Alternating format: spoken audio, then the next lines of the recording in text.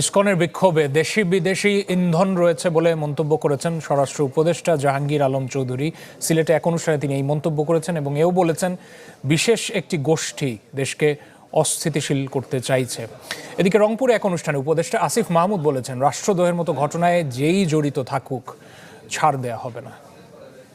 চাই কেউ যদি রাষ্ট্রদ্রোহের মতো ঘটনায় যুক্ত থাকে, সে যেই হোক, যত বড় নেতাই হোক, তাকে কোনো প্রকার ছাড় দেওয়া হবে না। এবং এক্ষেত্রে এটা সম্প্রদায় বিবেচনায় নয়, এটা রাষ্ট্রের বিবেচনায়, রাষ্ট্রের নিরাপত্তা বিবেচনায় আইন শৃঙ্খলা বাহিনী এই ব্যবস্থা গ্রহণ করবে সামনের দিকে। এটার ক্ষেত্রে আমার মনে হয় কিছু ইন্ধন, বাইরেরও কিছু হয়তো ইন্ধন আছে এবং দেশেও অনেক দুই একটা পার্টি আছে যে তাদের থেকে হয়তো কিছু ইন্ধন আছে। আবার ধরেন যে যাদের আমরা ব্যান করে দিছি তাদের থেকে হয়তো কিছুটা ইন্ধন আছে।